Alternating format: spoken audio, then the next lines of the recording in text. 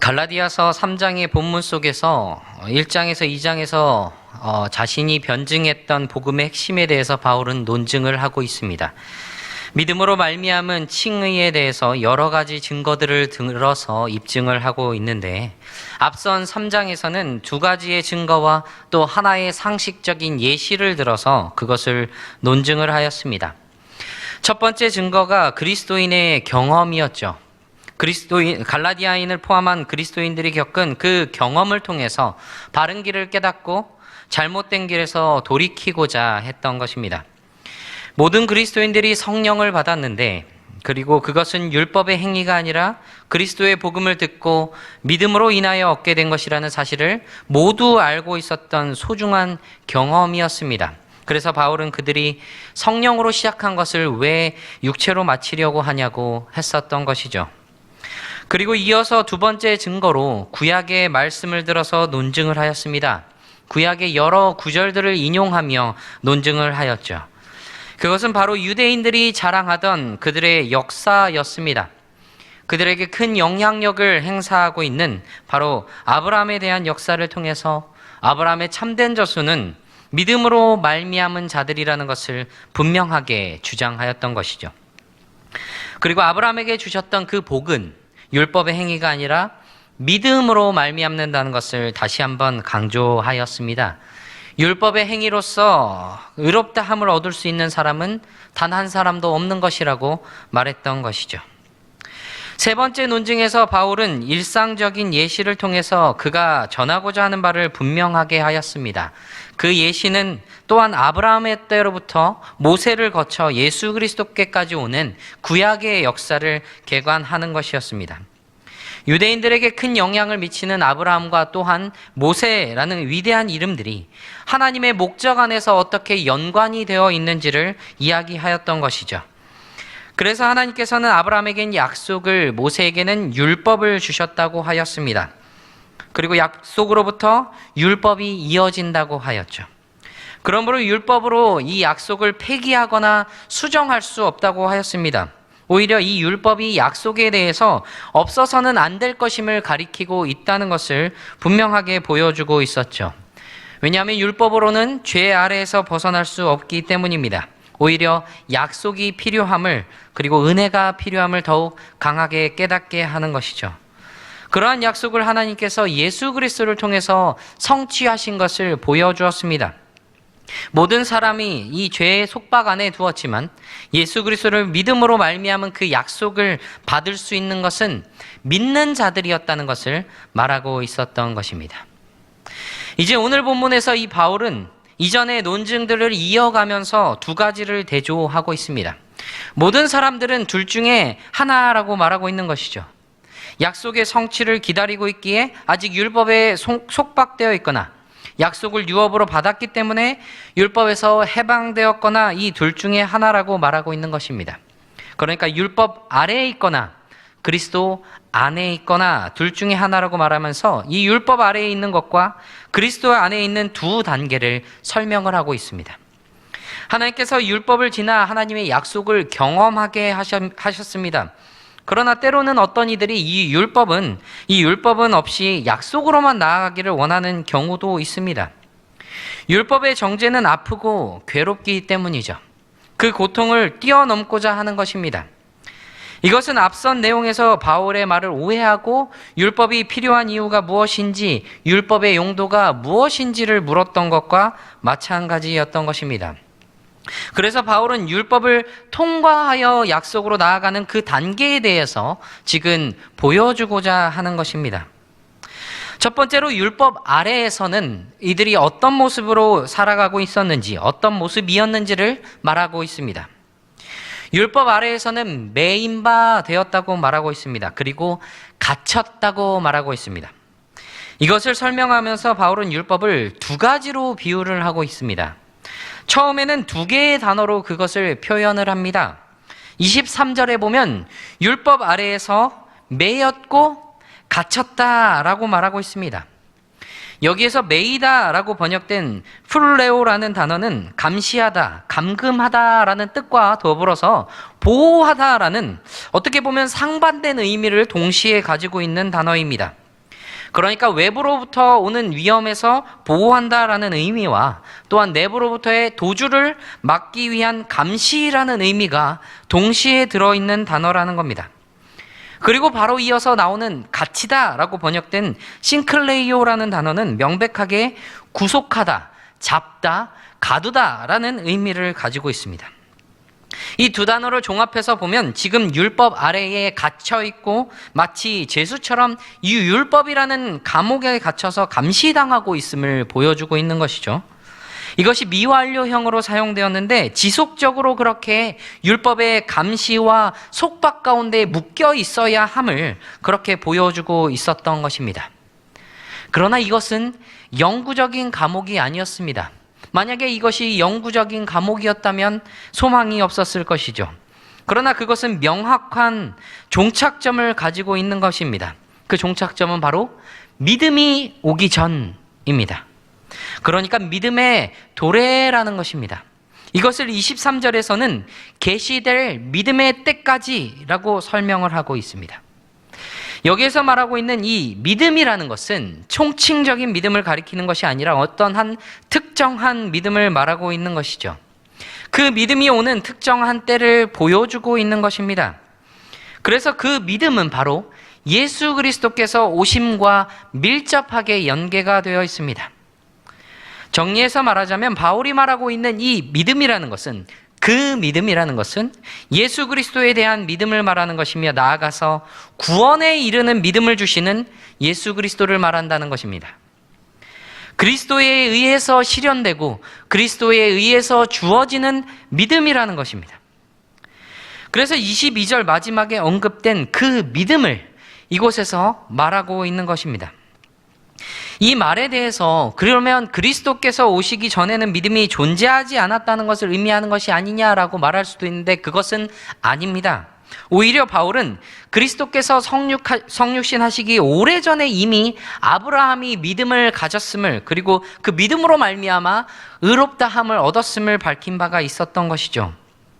그러니까 이 23절에서 말하고자 하는 믿음은 그리고 그 계시될 믿음의 때는 구약에서 약속된 그 믿음이 예수 그리스도께서 오심으로 인해 믿음 안에서 성취되었음을 보여주고 있는 것입니다. 그리고 이어서 바울은 두 번째로 율법을 초등교사로 비유를 하고 있습니다. 초등교사는 헬라어로 파이다고고스라는 단어입니다. 신약 성경에서는 단 3번만 사용된 흔하지 않은 단어입니다. 오늘 3장 후반부의 본문에서만 2번이 사용되었고 또 고린도전서 4장에서 한 번 사용되었습니다. 개역개정에서는 스승 또는 초등교사로 번역이 되었습니다. 우리말 다른 번역에서는 가정교사, 개인교사, 선생 등으로 번역이 되었습니다. 그리고 이전에 개역 한글에서는 이것을 몽학 선생이라고 번역을 하기도 하였습니다. 이 단어는 아이, 노예라고 번역이 되는 파이스라는 단어와 그리고 이끌다, 인도하다라고 번역되는 아고 이 두 단어의 합성어입니다. 그래서 이 단어는 어린 남자아이를 학교에 데려다주고 또 데리고 오는 그 노예를 뜻하였습니다. 그리고 그 노예는 일반적으로 교훈을 하거나 교육적인 역할이라기보다는 보호적이거나 훈육적인 역할을 감당했던 사람들입니다. 그러니까 주인의 명령에 의해서 주인의 아이들이 성년이 되기 전까지 그들의 생활과 품행을 지도하는 그 임무를 맡았던 것이죠. 그래서 이들은 이 소년들의 행동을 철저하게 통제하였고 그들의 자유를 제한하였던 것입니다. 그러한 역할을 강하게 수행하려고 하다 보니 어떤 헬라 문헌들에서는 이 파이다고구스라고 불리는 이 초등교사라는 사람들이 상당히 험상궂고 추악한 그런 부정적인 인물들로 묘사되기도 했습니다. 그러나 어쨌든 그들의 역할을 정리해서 보면 그들은 그들의 주인들의 그 주인들의 자녀들을 육체적으로 또한 도덕적으로 악에 물들지 않도록 보호하는 보호자의 역할을 하였고, 또한 학교를 오고 가는 길을 안내하는 인도자였으며 늘 함께하는 동행자였고, 또 엄격한 보모의 역할을 감당하는 사람들이었습니다. 그러나 역시 이들의 역할도 영구적인 것이 아니었습니다. 이들의 역할이 끝나게 되는 때가 있었던 것이죠. 왜냐하면 이들은 소년의 아버지가 아니었기 때문입니다. 그리고 잠시 그 역할을 위임받은 노예들이었기 때문이죠. 바울은 고린도전서 4장 15절에서 이 파이다고고스라는 단어를 한 번 더 사용해서 이렇게 말했습니다. 그리스도 안에서 일만 스승이 있으되 아버지는 많지 아니하니 그리스도 예수 안에서 내가 복음으로써 너희를 낳았음이라. 1만 가정, 1만 가정교사, 1만 개인교사, 1만 초등교사가 있지만 아버지는 한 명이다 라는 것입니다. 이것과 같이 소년들이 성년이 되면 이제 이 파이다고고스의 역할은 끝나게 됩니다. 그리고 이 성년이 된 소년들의 권한은 그들의 아버지에게로 이양이 되고 있는 것이죠. 바울은 이러한 파이다고고스, 이 초등교사의 개념을 율법에 적용을 하고 있었습니다. 율법을 한시적이고 제한적으로 표현을 하고 있었던 것이죠. 이 초등교사가 아무리 주인의 명령을 받아서 주인의 아들을 관리하고 감독하는 역할을 하더라도 그들의 신분은 여전히 노예입니다. 종인 것이죠. 그리고 그는 소년이 성인이 되면 그 자신의 역할을 완전히 끝내게 됩니다. 이와 같이 율법이 우리를 아무리 통제하고 우리의 자유를 제한하고 속박하더라도 그것은 끝이 있다는 것입니다.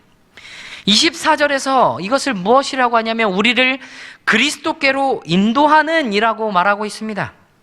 율법의 궁극적인 목적을 이야기하고 있는 것이죠. 24절 후반부에 우리로 하여금 믿음으로 말미암아 의롭다함을 얻게 하려 함이라. 바로 이것이 초등교사 파이다고고스 이들의 율법의 궁극적인 목적인 것입니다. 우리가 믿음으로 의롭게 되도록, 그래서 그리스도께로 인도하는 그 역할을 이 율법이 파이다고고스로서의 역할을 그렇게 감당하고 있다는 것입니다. 그러므로 이제 더 이상 이 초등교사 아래, 율법 아래 있지 않는다는 거예요. 25절에서 믿음이 온 후로는 우리가 초등교사 아래에 있지 아니하도다. 인간은 모두 불순종했기 때문에 율법의 정죄 아래에서 벗어날 수가 없습니다. 왜냐하면 모두 죄 아래 있고 모두 율법 아래에 있기 때문입니다. 그리고 그에 따르면 10절에서와 말하는 것 같이 우리는 저주 아래에 있는 겁니다. 율법의 저주 아래에 있는 것이죠.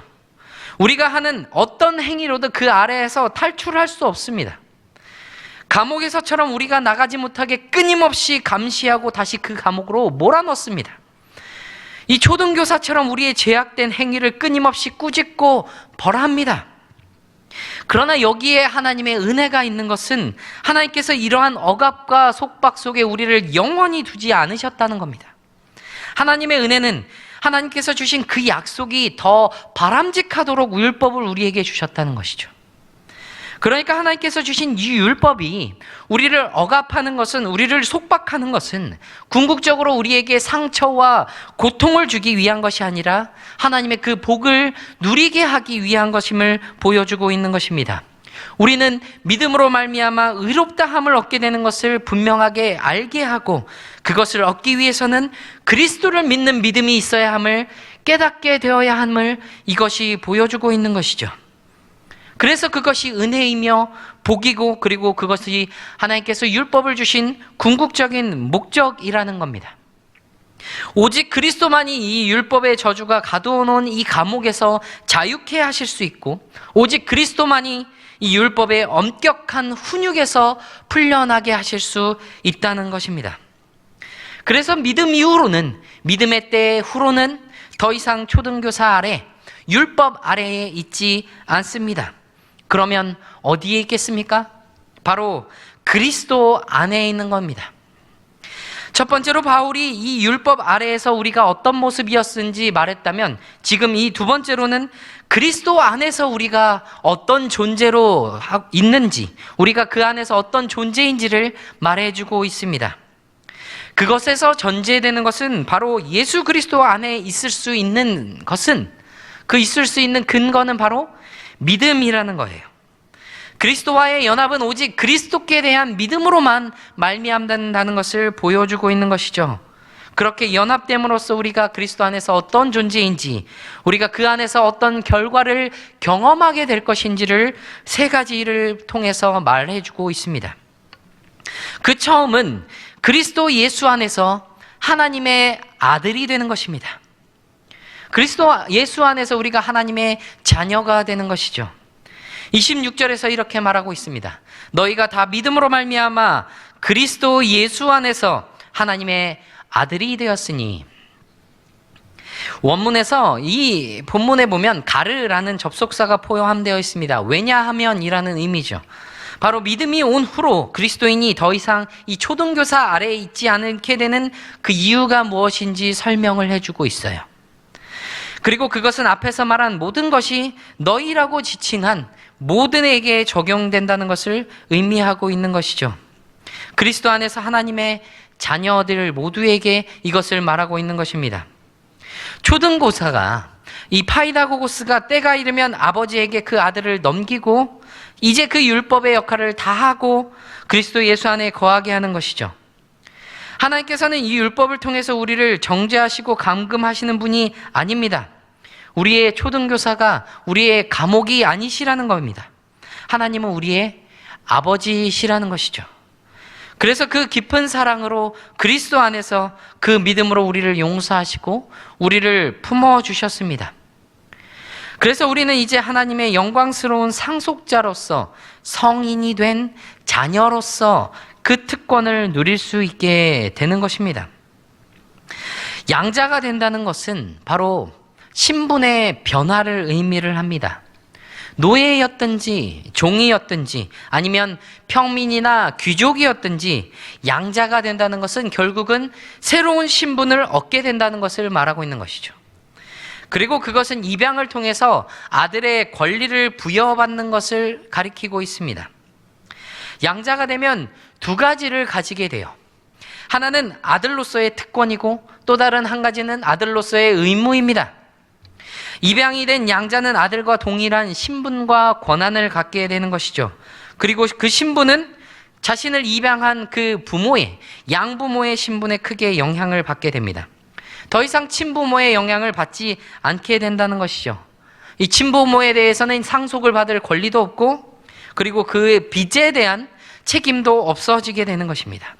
자신의 생가에게 있어서는 죽은 자처럼 되어버린다는 것이죠. 그러면 이제는 양부모의 영향을 받고 그 상속을 받을 권리를 가지며 그리고 그곳에서 새롭게 산 자가 된다는 것입니다. 성도가 그리스도인이 하나님의 아들이 된다는 것이 바로 이러한 신분의 변화입니다.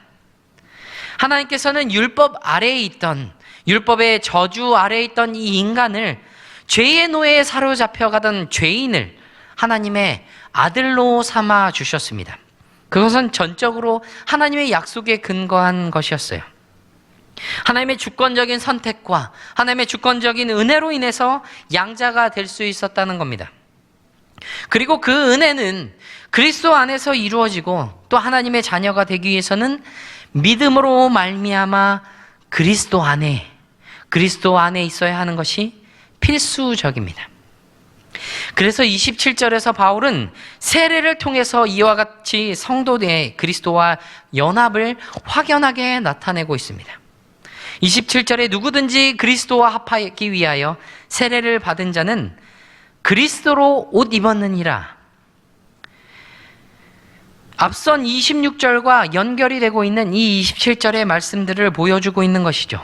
이 27절의 말씀을 다시 말하면 너희는 모두 세례를 받아서 그리스도와 하나가 되고 그리스도를 옷으로 입은 사람들이기 때문이다 라고 말하고 있는 겁니다. 즉 믿음으로 말미암아 그리스도와 하나가 되고 그리스도를 옷 입음으로써 그리스도 예수 안에 있기에 하나님의 아들이 되었다는 것입니다. 그런데 27절에서 말하고 있는 이 세례는 단순하게 물로 받는 그 세례를 행위 자체를 말하는 것이 아닙니다. 그 행위 자체로 사람이 그리스도와 연합하며 하나님의 자녀가 된다는 의미가 아닙니다. 세례라는 의식을 행하기 전에는 사람이 물에 들어가야 돼요. 이 당시에는 그랬습니다. 그래서 이것은 옷을 벗는 행위를 전제를 하고 있어요. 그래서 이것에 대해서 옛사람과 그 행위들을 벗어버리는 것을 의미하고 있는 것입니다. 옛 옷을 벗어버린다는 겁니다. 그리고 옛 옷을 벗어버리고 새로운 옷을 입는다는 것을 의미하는 것이죠. 골로새서 3장 9절과 10절에서는 이렇게 말하고 있습니다. 너희가 서로 거짓말을 하지 말라. 옛 사람과 그 행위를 벗어버리고 새 사람을 입었으니 이는 자기를 창조하신 이의 형상을 따라 지시게까지 새롭게 하심을 입은 자니라. 새로운 옷을 입은 새 사람이 된다는 거예요. 그리고 오늘 27절 본문에서 그리스도로 옷 입었다라고 말하고 있습니다. 옛 옷을 벗어버렸고 옛 행위를 버려버렸고 옛 사람을 벗어버렸습니다. 새로운 옷을 입고 새로운 사람이 되었어요. 새로운 행위가 입어야 한다는 겁니다. 그런 새로운 행위를 입고 나아가야 한다는 것입니다. 로마서 13장 14절에서 이렇게 말하죠. 오직 주 예수 그리스도로 옷 입고 정욕을 위하여 육신의 일을 도모하지 말라. 그리스도로 옷 입는다는 것은, 새로운 옷을 입는다는 것은 이전에 옛 옷을 입었을 때의 그 옛 행위들을 똑같이 행한다는 것이 아닙니다. 새로운 옷을 입었다면 새로운 행위로 나아가야 한다는 것이죠. 그것이 새 사람이라는 것을 말하고 있는 겁니다. 그리고 이 27절에서 그리스도와 합하기 위하여 세례를 받은 것은 26절에 믿음으로 말미암아라는 그 표현과 깊게 연관이 되어 있습니다. 바로 믿음과 세례는 밀접하게 관련이 있는 것이기 때문입니다. 믿음이 예수 그리스도를 주님으로 시인하며 주님의 뜻대로 살 것을 결심하는 내면적의 행위라면, 세례는 공중 앞에서 자신의 믿음을 드러내고 예수 그리스도와의 새로운 관계에 대해서 외적으로 표현하는 것이라고 할 수 있습니다. 그러니까 믿음은 그리스도와의 연합을 확고하게 하고, 이 세례는 그 믿음을 외적으로 눈에 보이게 나타낸다는 것이죠. 새로운 모습이 나타난다는 겁니다. 그래서 우리가 모두 하나님의 자녀가 된다는 것은 내적으로는 믿음에 의해서, 외적으로는 세례로 인해서 그리스도 안에서 이루어진다는 것을 말하고 있는 것입니다. 그렇게 우리는 외적으로 또한 내적으로 하나님의 자녀의 모습이 온전하게 나타나야 한다는 것이에요. 그리고 우리는 하나님의 그 자녀의 특권을 누리면서 동시에 그러한 하나님의 자녀로서의 의무를 다해야 한다는 것을 보여주고 있는 것입니다. 새 사람을 입었고 새로운 행위를 입어서 나아가야 하는 의무가 새 사람 된, 하나님의 자녀 된 우리에게 주어졌다는 것입니다. 그러면서 바울은 다음으로 그리스도 안에서 우리가 어떤 존재인지를 두 번째로 설명을 하고 있습니다. 우리는 그리스도 예수 안에서 하나입니다 라고 말하고 있습니다. 이것을 다시 말하면 우리는 모두가 그리스도 예수 안에서 하나라는 말입니다. 우리 모두가 하나님께 속하였고 동시에 우리는 성도들 가운데 속하게 되는 것입니다. 공동체 안에서, 믿음으로 말미암은 이 공동체, 교회 안에 속하게 된다는 것입니다. 그렇게 우리 모두가 하나가 되어 간다는 것이죠. 그렇게 하나로 되어 있다는 겁니다. 그것을 위해서 바울은 세상에 대립되는 개념들을 나열을 하면서 보여주고 있어요. 첫 번째는 유대인이나 헬라인이나 구분이 없어진다고 말을 합니다. 유대인과 이방인, 이 유대인들이 특히 사람들을 구분했던 주요 방식들이었어요. 바울은 그의 서신들에서 이 이방인을 헬라인으로 주로 지칭하기도 하였죠.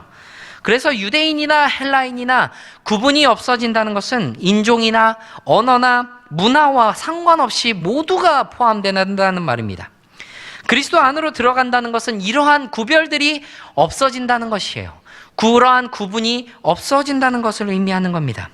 인종적인 문제로, 우리의 사람적인 문제로 구분할 수 없다는 것입니다.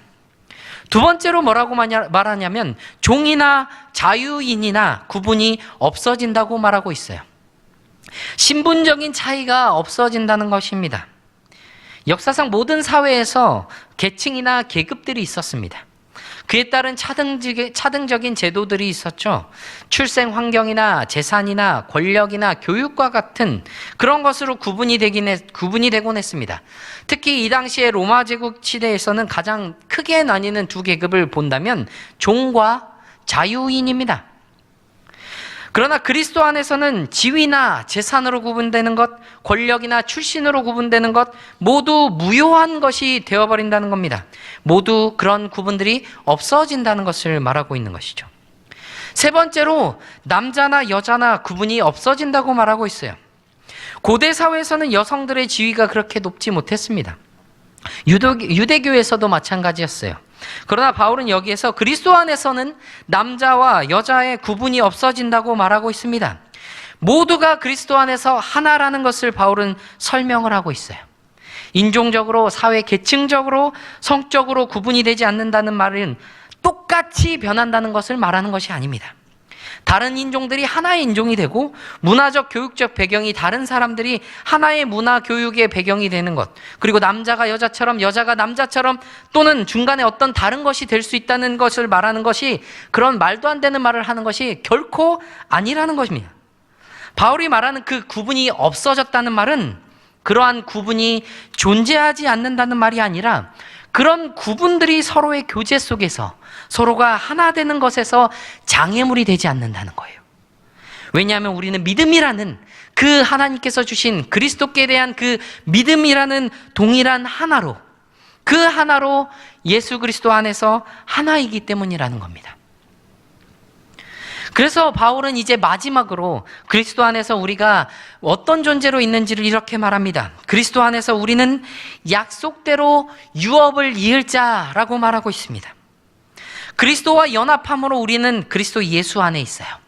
그리고 우리가 하나님께 대하여 믿음으로 서로 하나가 되어 있습니다. 또한 우리는 그리스도 안에서 아브라함에게 속해 있습니다.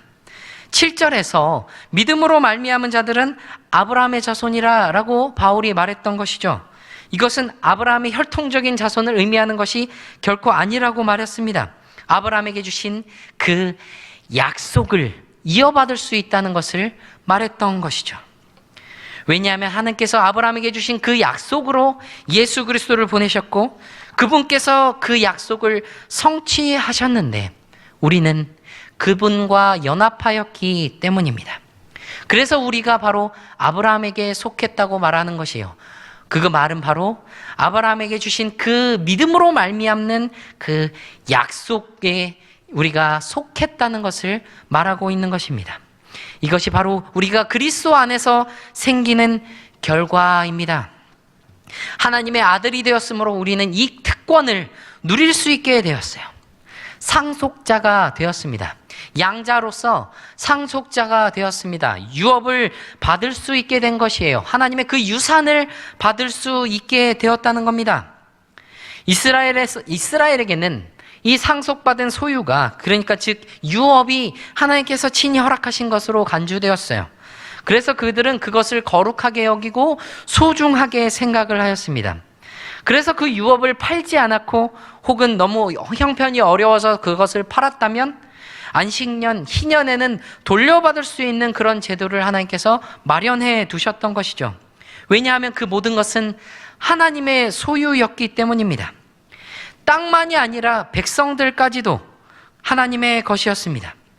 이러한 유업은 하나님의 언약에 근거했던 것이에요. 그리고 후에는 하나님께서 친히 그 유업이 되어주신다는 그 의미가 거기에 담겨 있던 것입니다.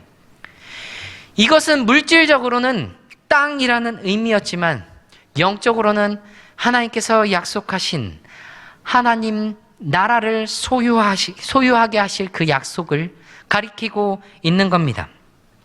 그러니까 우리가 그리스도인이, 성도가, 하나님의 아들들이 그리스도 안에서 그 약속대로 유업을 잇는다는 것은 하나님 나라의 영원한 복에 참여할 수 있는 특권을 얻는다는 것을 말하고 있는 겁니다. 율법으로는 아브라함의 진정한 자손을 결코 만들지 못했습니다. 당연히 우리를 그 상속자로 만들지도 못해요. 그것을 가능하게 하는 것은 오직 그리스도를 통해 그리고 그 안에서 성취된 약속입니다. 믿음이고 성령으로 주시는 세례이며 결코 율법이 아닌 겁니다. 율법으로는 믿음으로 의롭게 됨을 알게 하는, 그래서 그리스도께로 인도하는 그것으로 그 역할을 다하고 있는 거예요. 아직도 율법 아래에 있다면 그것은 우리에게 속박이고 죄사함을 알지 못하기 때문에 여전히 우리는 그 죄의 결과로 감옥에 있는 죄수처럼 그 초등교사 아래, 그 혹독한 보모 아래 있는 이 어린아이와 같이 속박되어 있을 것입니다. 이미 성인이 되었는데, 그래서 자유함을 얻어야 하는데 여전히 감옥이나 그 보모의 손에 끌려다닌다면 그것처럼 안타까운 일이 어디 있겠습니까? 그러나 우리는 그리스도 안에서 우리는 자유하게 됩니다. 그리스도 안에서만 우리가 자유할 수 있는 것이죠. 그것을 바울이 오늘 분명하게 선언을 하고 있는 것입니다. 그래서 우리는 이 믿음으로 말미암아 그리스도 안에서 하나님의 아들이 된다는 것을 말해주고 있는 것이에요.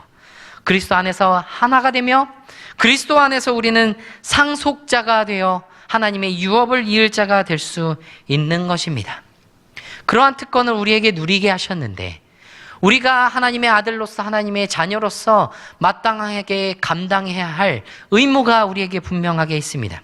그것을 위해서 우리는 먼저 그리스도 안에 있어야 합니다. 그것이 가장 중요한 것이에요. 우리의 신앙의 핵심인 것이죠.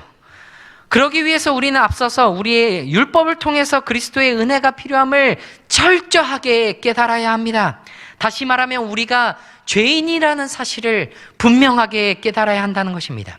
우리의 죄와 그로 인한 죄책을 우리가 분명하게 인식할 때 우리는 이제 율법이 우리를 그리스도께로 인도하는가는 것을 분명하게 깨닫고 그것을 향해서 이끌려 갈 수 있게 된다는 겁니다.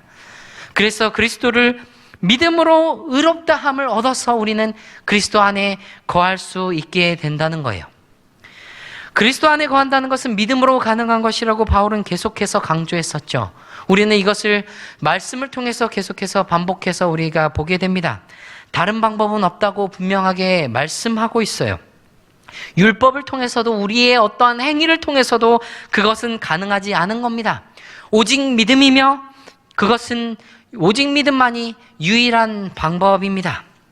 그리고 우리가 믿음으로 말미암아 그리스도 예수 안에 거한다면 우리의 신분에, 우리의 삶에 또한 분명한 변화가 있어야 합니다.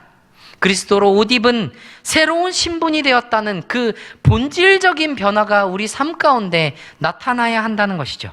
왜냐하면 우리는 노예의 신분에서, 그 죄인의 신분에서 하나님의 아들이 되었기 때문입니다. 믿음으로 말미암아 말이죠.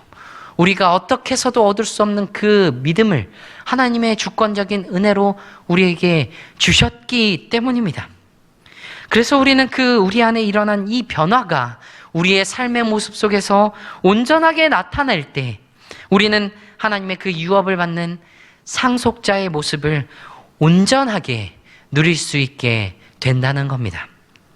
그렇게 우리가 늘 그리스도 예수 안에 거함으로 그 안에서 하나님 나라의 영원한 복을 누리시는 저와 여러분이 되시기를 바랍니다.